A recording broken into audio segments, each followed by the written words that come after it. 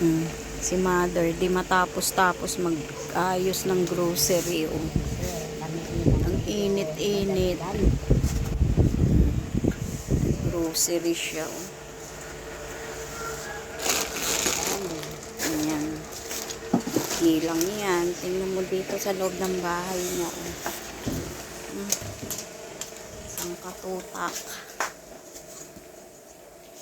Hindi pa rin siya tapos hanggang ngayon.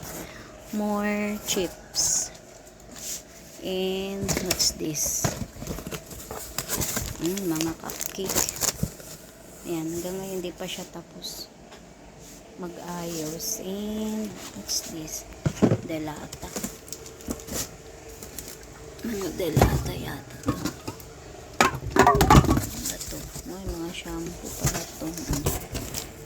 Ito, mga shampoo. And downy. Good luck, Nay. Anong oras ka matapos? Mamaya na kita tulungan. Naiinitan ako eh.